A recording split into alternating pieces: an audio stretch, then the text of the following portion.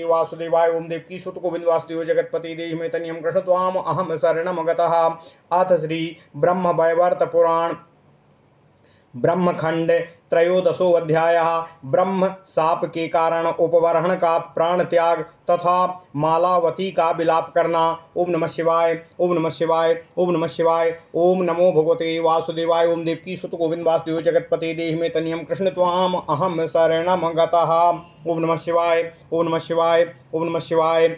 सौतिरुवाचो पुत्रोत्सवे च रत्नानि धनानि विविधानि च गन्धर्वराजः प्रददौ ब्राह्मणेभ्यो मुदान्वितः। उपबर्हणस्तु कालेन हरेर्मन्त्रं सुदुर्लभं वसिष्ठेन तु सम्प्राप्य चाचक्रे दुष्करं तपः। एकदा गण्डकी तीरे तं च सम्प्राप्य यौवनं गन्धर्वपत्न्यो दद्रशूरमूर्छामापुश्च तत्क्षणम्। ताश्च तीव्रं तपः कृत्वा प्राणात् सत्यज्य योगितः। पञ्चाशत्ता बभूवुश्च कन्याश्चित्ररथस्य च। ओम नमः शिवाय ओम नमः शिवाय। ओम नमो भगवते वासुदेवाय ओम देवकी सुत गोविंद वासुदेव जगतपति देहि में तनियम कृष्ण त्वाम अहम शरणम गतः।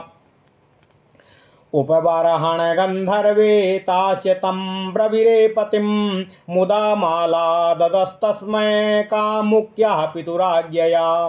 गृहीत्वा ताश्च गंधर्वो युवा सुस्थिर यौवना दिव्यं त्रिलक्षवर्षं चारे मे रहसि कामुकः। ततोपि सुचिरं राज्यं कृत्वा ताभिः सह निशं जगाम ब्राह्मणः स्थानं हरिगाथां जगौ मुने। दृष्ट्वा सारम्भारम्भोरुं नर्तने कठिनं स्तनं बभूव स्खलनं तस्य गन्धर्वस्य महात्मनः। द्रुतं तत्याज्य संगीतं मूर्छा प्राप्य सभातले उच्चै प्रजः सुरदेवा ब्रह्मा कोपाच्च शापितम्। ओम नमः शिवाय। वज्र त्वं शूद्रयोनिं च गन्धर्वीमितानुमुत्सृजः काले वैष्णव संसर्गान् मुत्पुत्रस्त्वं भविष्यमि। बिना विपत्तिर्महिमा पुंसां नैव भवेत्सुतः सुखं दुःखं च सर्वेषां क्रमेण प्रभवेदिति। इत्येव मुक्त्वा सा विधिर्गच्छत् पुष्कराद् गृहम्। इत्येव मुक्त्वा सा विधिर्गच्छत् पुष्कराद् गृहम्। उपबर्हण गन्धर्वा सा जहौ तां तनुं तदा। ओम नमः शिवाय। मूलाधारं स्वाधिष्ठानं मणिपूरमनाहतम् विशुद्धमाज्ञाख्यं चेति भित्त्वा षट्चक्रमेव च। इडां सुषुम्नां मेधां च पिङ्गलां प्राणधारिणीं सर्वज्ञानप्रदां चैव मनः संयमिनी तथा। विशुद्धां च निरुद्धां च वायुसञ्चारिणी तथा। तेजः शुष्ककरीं चैव बलपुष्टिकरीं तथा। बुद्धिसञ्चारिणीं चैव ज्ञानजृम्भणकारिणीं सर्वप्राणहरा चैव पुनर्जीवनकारिणीम्। एता षोडशधा नाडीर्भित्त्वा वयसंघमेव च मनसा सहितं ब्रह्मरन्ध्रमानीय योगितः। स्थित्वा मुहूर्तमात्मानो मात्मन्येव युयोजः जातिस्मरश्च योगीन्द्रः सम्प्राप्य ब्रह्मसौनकः। वीणां त्रितन्त्री दुष्प्राप्याम् अवामस्कन्धे निधाय च शुद्ध स्फटिकमालां च विधृत्वा दक्षिणे करे। संजल्पन् परमं ब्रह्म वेदसारं परात् परम निस्तार बीजं च कृष्ण इत्यक्षरद्वयम्। प्राच्यां कृत्वा निरस्थानं प्राच्यां कृत्वा शिरस्थानं पश्चिमे चरणद्वयं विधाय दर्भाशयनं शयानः पुरुषो यथा। ओम नमः शिवाय, ओम नमः शिवाय, ओम नमः शिवाय। गन्धर्वराजस्तं दृष्ट्वा भार्यया सह तत्क्षणं योगेन ब्रह्म सम्प्रापो श्रीकृष्णं मनसा स्मरन्। पत्न्यश्च बान्धवाः सर्वे विलप्य रुरुदुर्भृशं जगमुः क्रमेण शोकार्ता मोहिता विष्णुमायया। पञ्चाशद्योषितां मध्ये प्रधाना महिषी चाया साध्वी मालावती नाम्ना परमा प्रेयसी वरा। उच्चैरुरोध सा तीव्रं कान्तं कृत्वा च वक्षसि इत्युवाच च शोकार्ता कान्तं सम्बोध्य चैवहि। मालावत्युर्वाच हे नाथ रमण श्रेष्ठो विदग्ध रसिकेश्वरा दर्शनं देहि मां बन्धो निमग्नां शोकसागरे। विश्रम्भके अशुभसने रम्ये चंदन कानने अपुष्पभद्रा नदी तीरे पुष्पोद्याने मनोहरे। चंदनाचल सानिध्ये चारु चंदन कानने अपुष्प चंदन तल्पे चा चंदनानिलवासिते।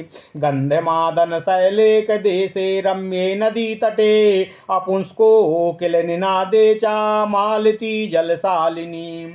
श्रीशैले श्रीवने दिव्ये श्रीनिवास सन्निवेशिते। श्रीशैले श्रीवने दिव्ये श्रीनिवासनि सेविते। श्रीयुक्ते श्रीपदाम्भोजे पूते च्युतकृते शुभे। ओम नमः शिवाय, ओम नमः शिवाय। पुरा या कृता क्रीडा बसन्ते रहसि त्वया मया च दुर्हृदा सार्धं तया वै दूयते मनः।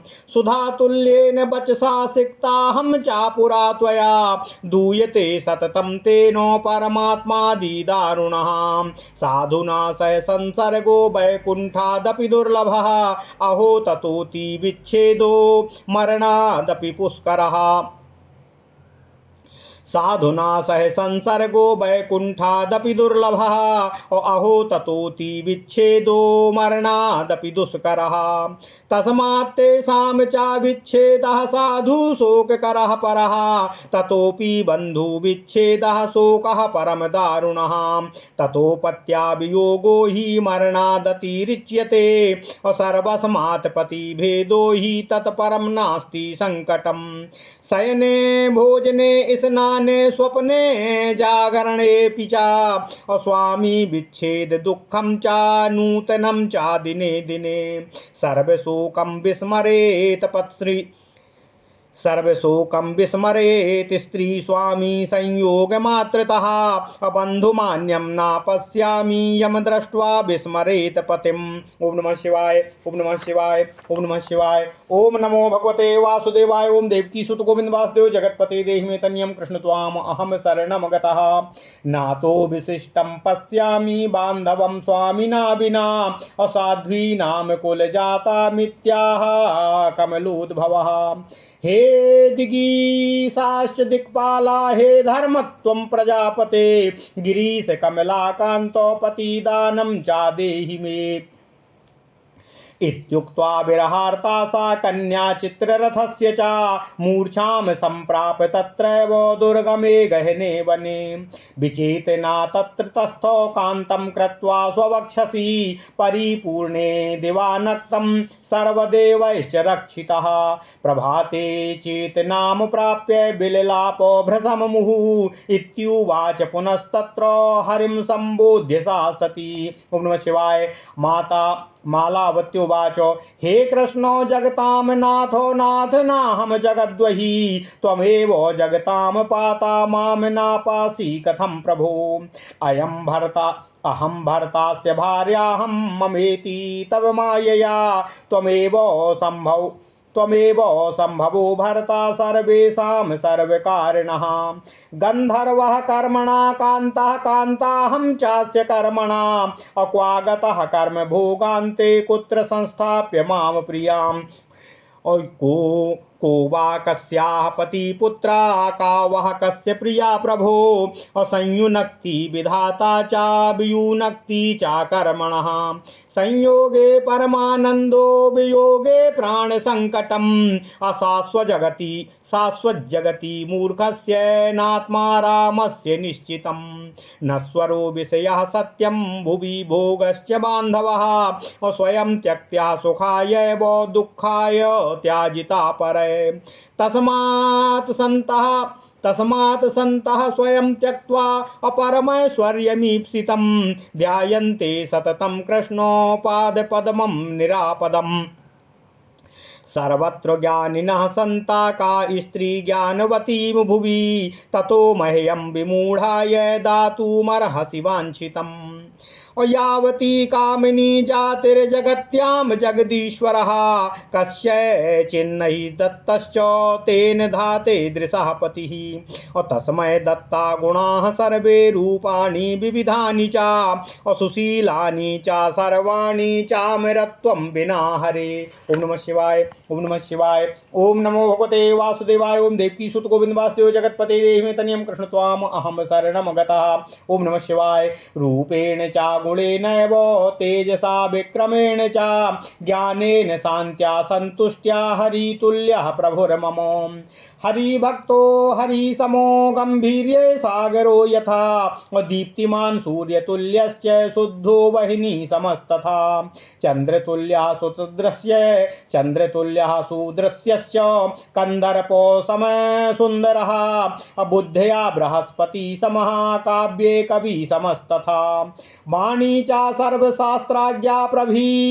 वाणी च सर्वशास्त्राज्ञाः प्रतिभायां भृगोरिव कुबेरतुल्यो धनवान् महान् दाता मनोरिव धर्मे धर्मसमो धर्मी सत्ये सत्यव्रताधिकः कुमारतुल्य तपसा स्वाचारे ब्रह्मणा समः ऐश्वर्ये शक्रतुल्यश्च सहिष्णुः पृथ्वी समः एवं भूतो मृता कान्ता प्राणायान्ति नामे कथम् अहो सुरा यज्ञभाजो घृतं भोक्तुं क्षमा भुवि अक्षणेन यज्ञभाजश्च करिष्यामि स्वालीलया नारायण जगत्कान्तो नाहमेव जगद्वही शीघ्रं जीवय मत्कान्तो मन्यथा त्वां सपाम्यहम्। ओम नमः शिवाय।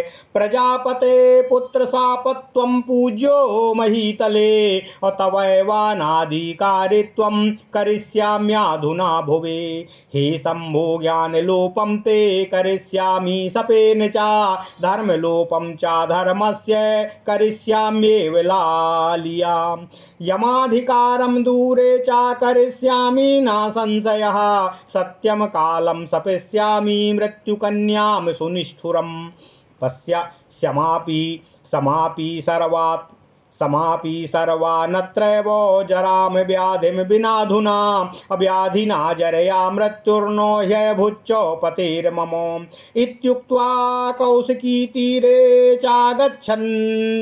चागच्छच्छप्तुमेव च इत्युक्त्वा कौशिकी तीरे चागच्छच्छप्तुमेव तानो अमालावती महासाध्वी शवं कृत्वा स्वावक्षसि तां सप्तुमुद्यतां दृष्ट्वा ब्रह्मादेव पुरोगमां जगाम शरणं विष्णुं तीरे क्षीरपयोनिधे तत्र स्नात्वा चातुष्टावो परमात्मानमीश्वरम् विष्णुं ब्रह्मा जगत्कान्तमित्युवाचः भीतवतो ब्रह्मोवाच उपवरहण पत्नी सा कन्या चित्ररथस्य च कान्ते हेतुश्च मां देवाच्छपे त्वं रक्ष माधव स्मरन्ति साधवः सन्तो जपन्ति मुनयो मुदा स्वप्ने जागरणे चैव सर्वकार्येषु माधवम्। ओम नमः शिवाय, ओम नमः शिवाय, ओम नमो भगवते वासुदेवाय। ओम देवकी सुत गोविंद वासुदेव जगत्पते देहि मे तनियं कृष्ण त्वाम अहम शरणं गतः। शरणागत दीनार्थ परित्राण परायणा रक्ष रक्ष हृषिकेशो वज्रामः शरणं वयम्। पूजा मे पुत्र शापेन विहिता साम्प्रतं प्रभो अधिकारो हतं मां च कुरुते मालती सती सर्वाधिकारो ब्रह्माण्डे त्वया दत्तो पुरा प्रभो असम्पदे तादृशी नाथो यास्यत्येवाधुना मम। महादेवोवाच त्वया दत्तं महाज्ञानं गुप्तं सर्वेषु दुर्लभम् असातमन्वन्तरतपः फलेन पुष्करे पुरा। ऐश्वर्ये वा धनं वापि विद्या वा विक्रमोऽथवा ज्ञानस्य परमार्थस्य कलां नार्हन्ति षोडशीम।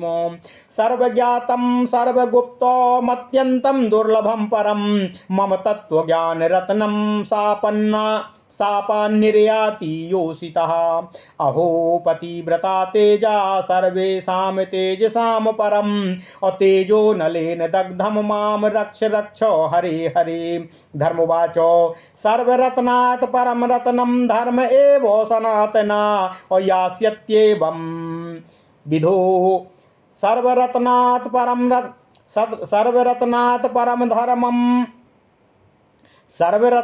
परम रत्नं धर्म एव सनातनः यास्यत्येवं विधो धर्मस्त्वया दत्तः पुरा प्रभो। ओम नमः शिवाय। सप्तमन्वंतर तपः फलेन परमेश्वर प्राप्तो धर्मोऽधुना याति शापेन योषिता प्रभो। देवः ऊचु यज्ञभाजो घृतभुजो यवमेव त्वया कृता योषिच्छापेन तत्सर्वमधुना याति माधव।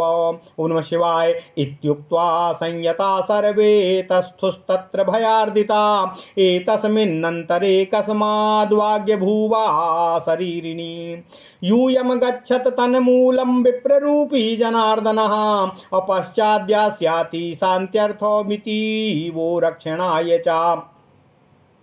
श्रुत्वा तद्वचनं देवाः प्रहष्टो मनसोन्मुखा अजगमुर्मालावती स्थानं कौशिकीतीरमीश्वरः। बहिनी शुद्धां सुखाधानां सिन्दूरबिन्दुभूषिताम् असरच्चन्द्रप्रभां शान्तां द्योतयन्ती दिशास्त्विषाम्। अपतिसेवा महाधर्मो चिरसञ्चित तेजसा प्रज्वलन्ती सुप्रदीप्ति शिखा वह्ने रिवोत्तमाम्।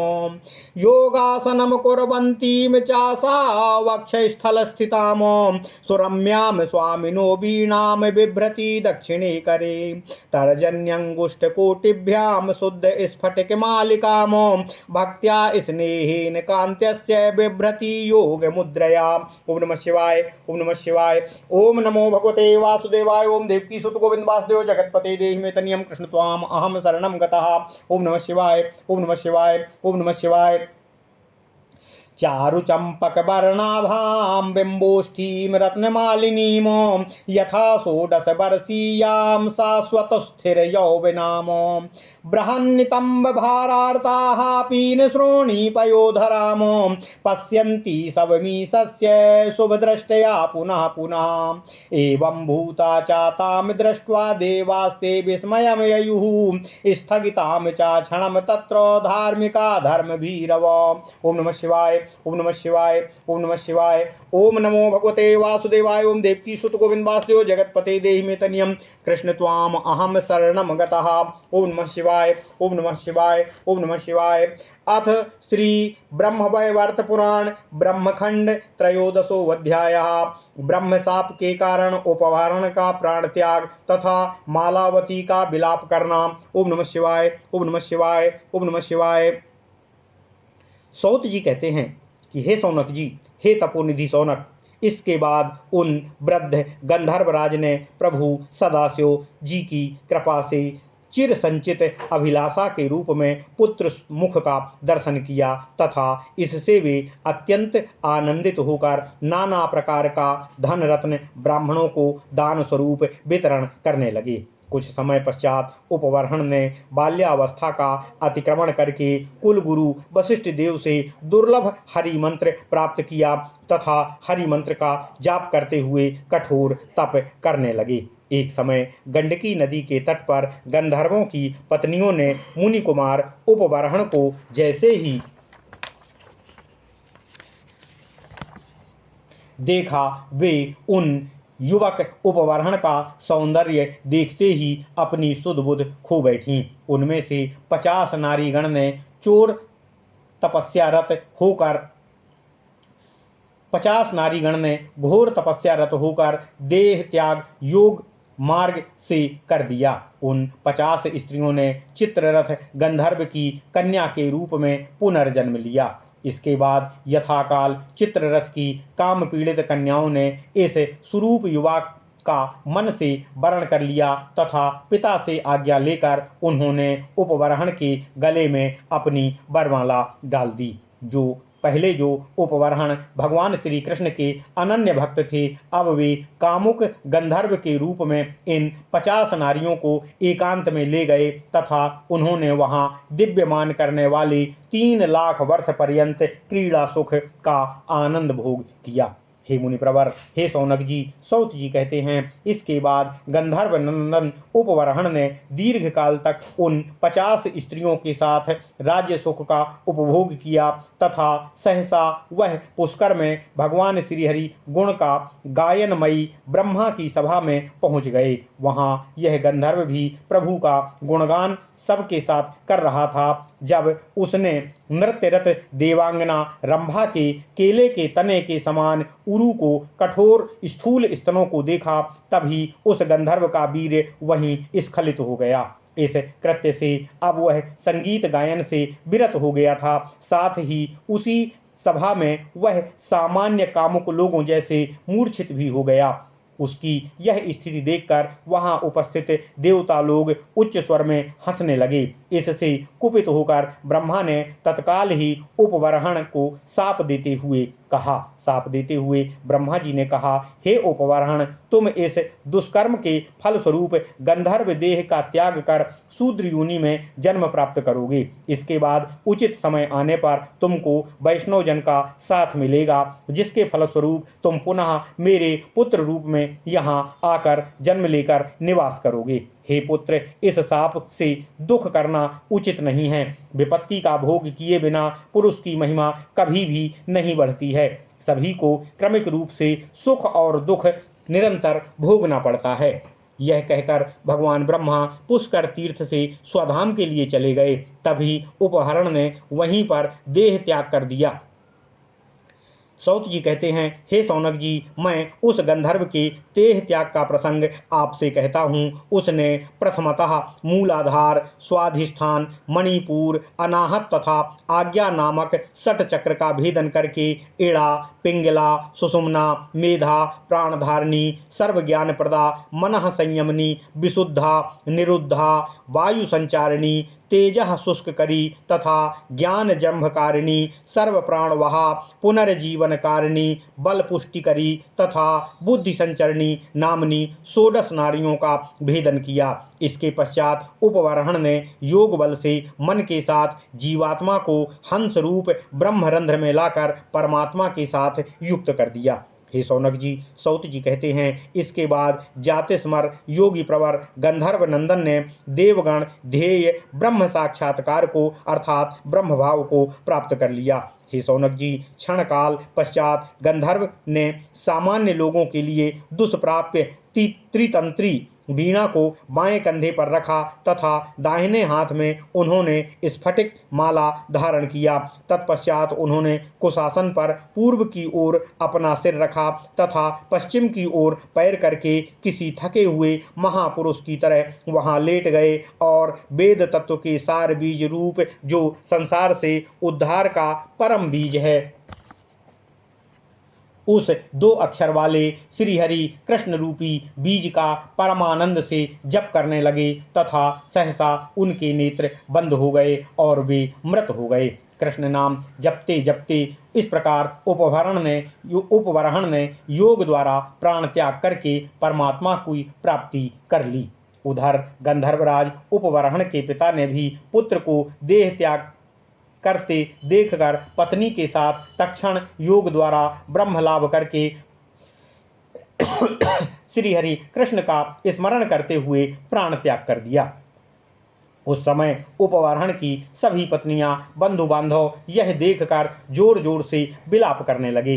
वे सभी विष्णु माया से मोहित होकर इन तीनों के शव के निकट आए। उपवरण की पटरानी मालावती अत्यंत श्रेष्ठ पतिव्रता तथा पति को अत्यंत प्रिय थी। वह पति के शव को अपने वक्ष से लगाकर शोकार्त होकर पति को संबोधित करके विलाप करने लगी।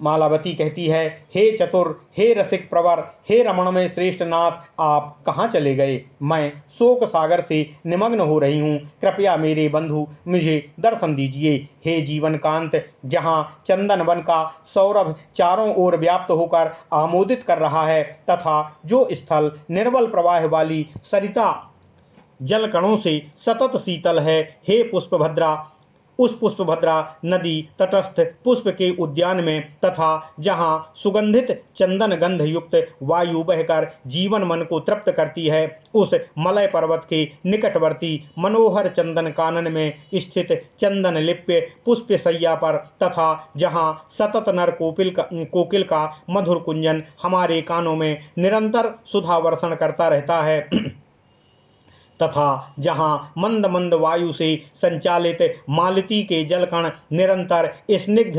स्पर्शानुभव दे रहे हैं, उस स्रोतस्वती के तट पर स्थित सुरम्य गंधमादन पर्वत में एक ओर तथा जो वन है वह पूर्व काल में लक्ष्मी तथा श्री हरि नारायण के चलने से अत्यंत ही पावन हो गया है, जहाँ इनके चरण चिन्ह भी लक्षित होते हैं।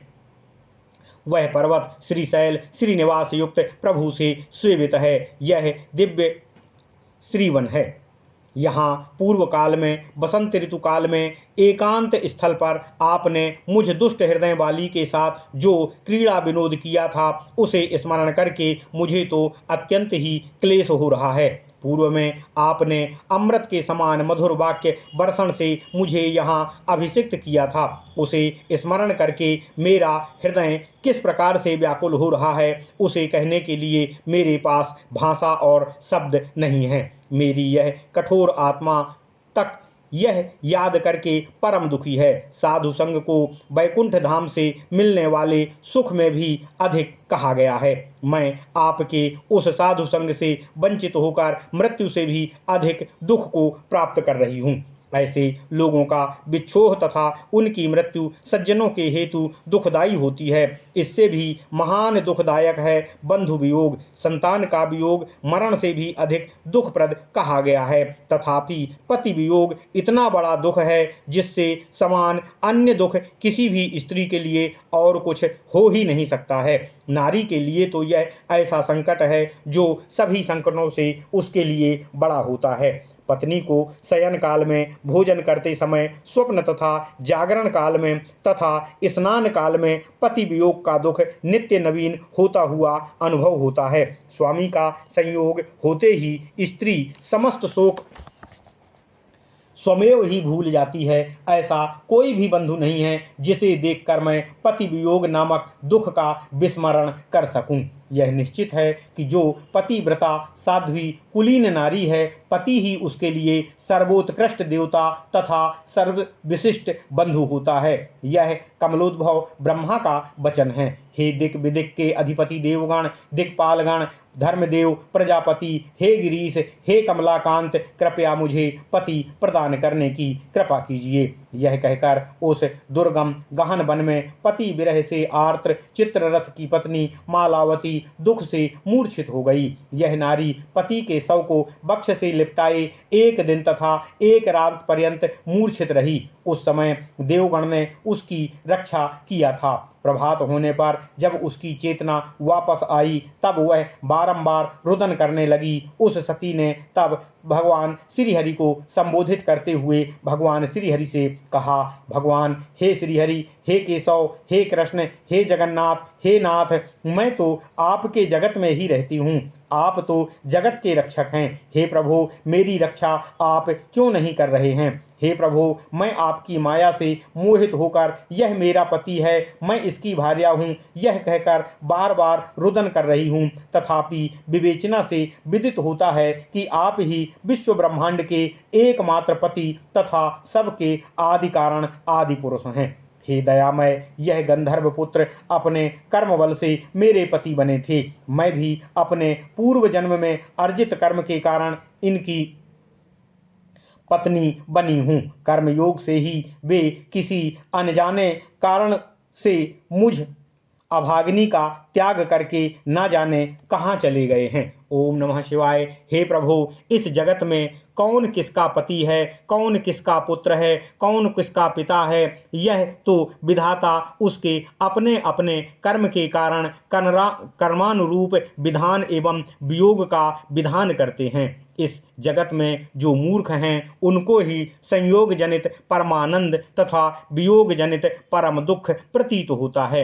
वियोग में तो वे प्राण संकट का अनुभव करते हैं, वह मूर्खों की गति है। तथापि जो आत्माराम पुरुष हैं वे कदापि संयोग से सुखी तथा वियोग से दुखी नहीं होते हैं, यह निश्चित है। हे मधुसूदन, हे कृष्ण, इस भूमंडल में समस्त वियोग भोग नश्वर है, विश्व संसार तक नश्वर है, बंधु बांधव आदि भी चिर स्थायी नहीं हैं। हे नाथ, जो इस सार तत्व को जानकर स्वयं इसका त्याग कर देते हैं, केवल उनको ही सुख और लाभ प्राप्त होता है। उसे जब अन्य कोई त्याग अर्थात बलात् हरण कर लेता है अथवा अन्य कारण से त्याग करना पड़ता है, तब केवल दुख की ही प्राणी या प्राप्ति होती है। इसी कारण से हे महापुरुष, अत्यंत वांछित इन उपयोगी होने पर भी समस्त ऐश्वर्य का मन से त्याग कर देते हैं। वे केवल 7 दिन एकाग्रता के साथ सर्व दुख विनाशक नित्यानंद प्रद निरापद भगवान श्री कृष्ण के चरण कमल में ध्यान में निमग्न होते हैं। हे प्रभु, समस्त भूमंडल में साधु पुरुष ही ज्ञानी होते हैं, तथापि कौन सी नारी ज्ञानवती है? तभी मैं आपके सजल नयन तथा हाथ जोड़कर बारंबार प्रार्थना करती हूँ कि इस समय से विमुग्धा नारी को वांछित प्रदान करके सुखी करने की कृपा करें। हे दीनबंधु, मैं इंद्रत्व, अमरत्व, मोक्ष पद की प्राप्ति नहीं चाहती हूँ। मेरी यही प्रार्थना है कि मुझको चतुर्वर्ग फल प्रद उन पति को पुनः प्रदान करके सुखी करने की कृपा कीजिए। ओम नमः शिवाय, ओम नमः शिवाय, ओम नमः शिवाय।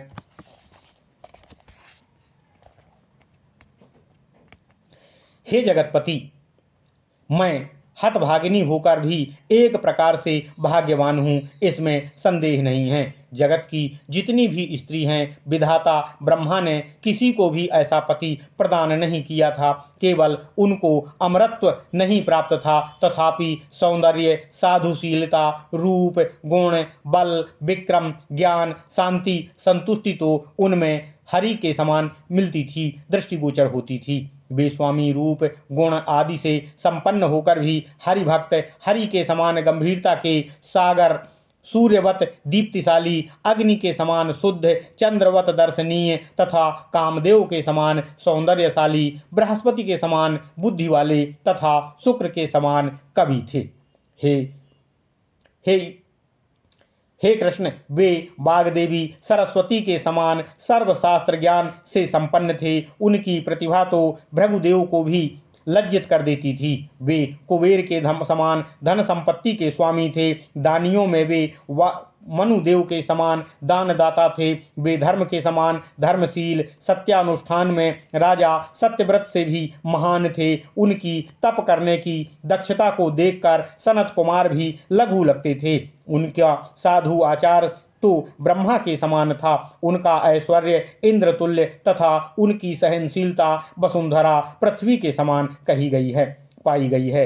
ऐसे गुणों के खान स्वामी को प्राण सहित प्राण रहित देखकर भी मेरे प्राण क्यों मेरे शरीर में अटके हुए हैं, ये वहाँ से क्यों नहीं निकल जाते।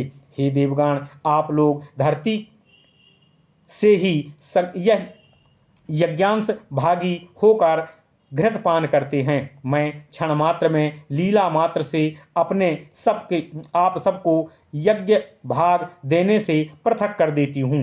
हे नारायण, आप तो समस्त संसार के नाथ हैं, मैं इस जगत से ही हूँ। यदि आप मेरे पति को शीघ्र जीवित नहीं करते हैं तब मैं आपको शाप दे दूंगी।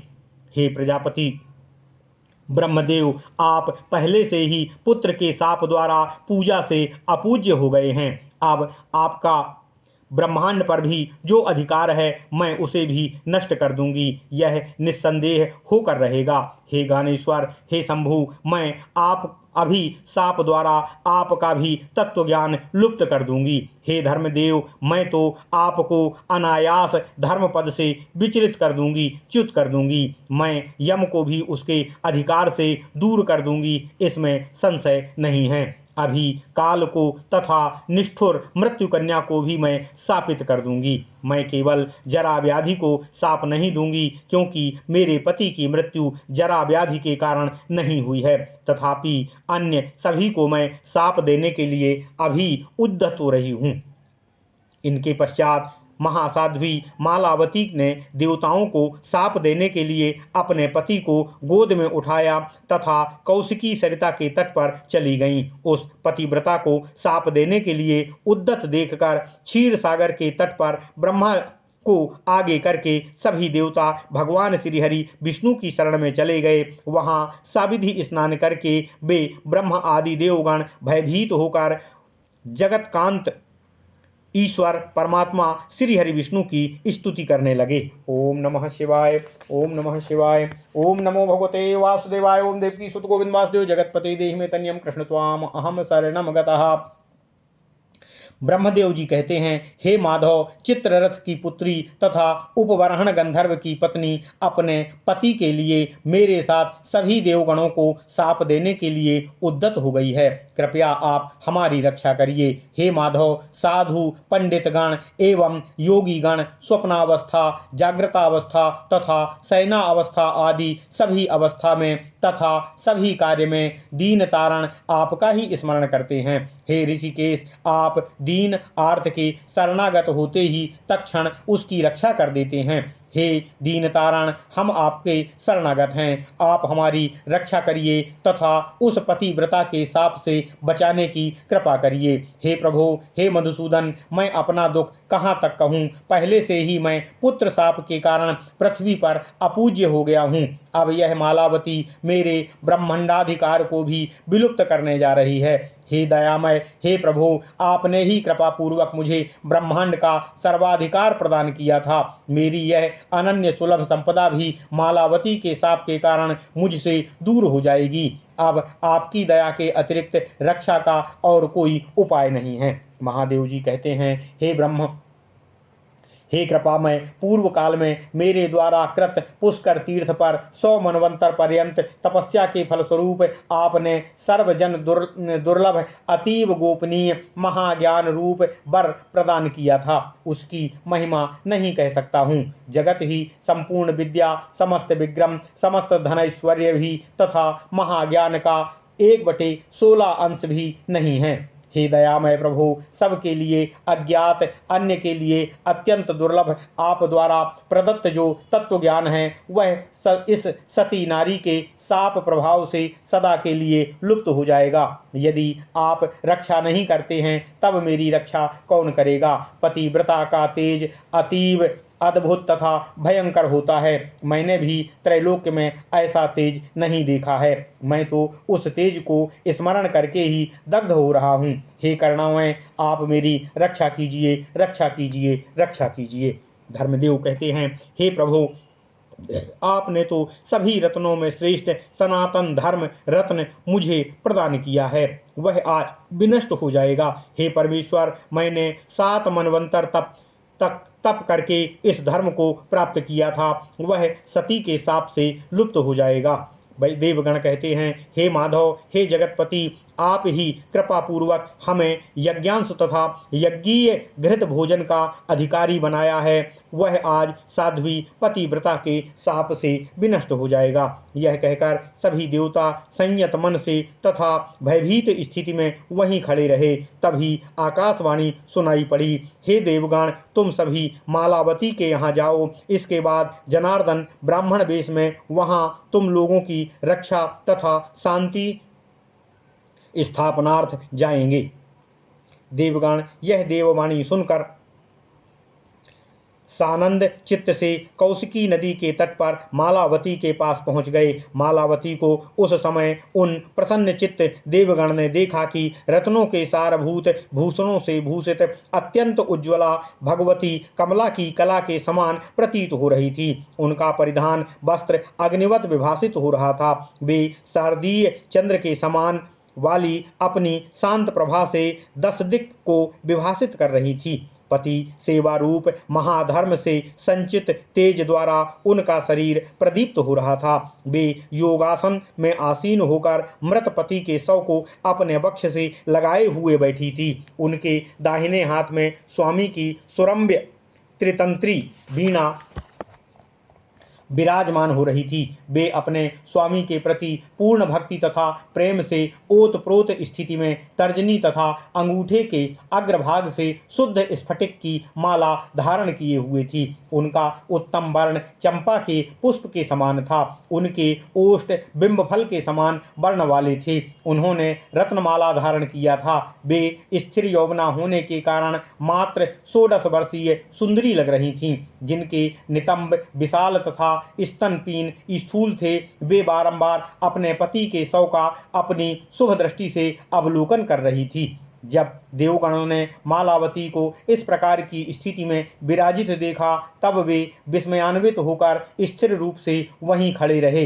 वे देवता धार्मिक एवं धर्मभीरु थे। उन्होंने मानो स्वयं को वहाँ छिपा कर रखा हुआ था। ओम नमः शिवाय। इति श्री ब्रह्मवैवर्ते महापुराणे सौतिसौनिक संवादे ब्रह्मखंडे मालावती विलापो नाम त्रयोदशोऽध्यायः। ओम नमः शिवाय। ओम नमः शिवाय। ओम नमः शिवाय। ओम नमो भगवते वासुदेवाय। ओम देवकी सुत गोविंद वासुदेव जगतपते देहि मे तनियम कृष्ण त्वाम अहम शरणम गतः। ओम नमः शिवाय।